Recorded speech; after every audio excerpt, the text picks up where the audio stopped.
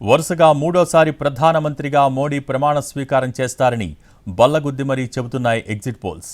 NDA hat-trick ఖాయమన్న exit polls అంచనాలు ఆ దగ్గరకు కూడా ఇండీ కూటమి రాలేకపోతోందని వివరిస్తున్నాయి. ఎన్డీఏను మోడీ ఒంటి చేత్తో విజయ తీరాలకు చేర్చనున్నారని జోసెన్ చెప్పాయి.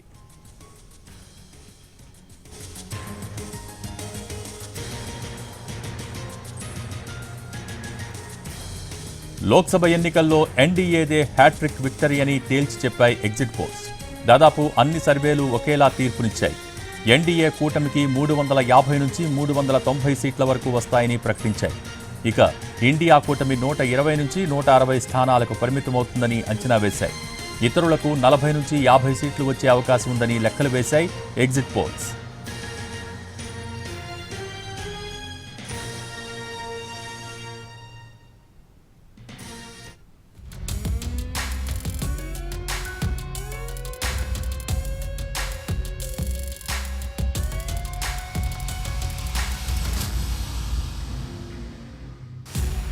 రెండు 2019 ఎన్నికలతో పోలిస్తే బీజేపీకి సీట్లు పెరుగుతాయని అంచనా వేశాయి.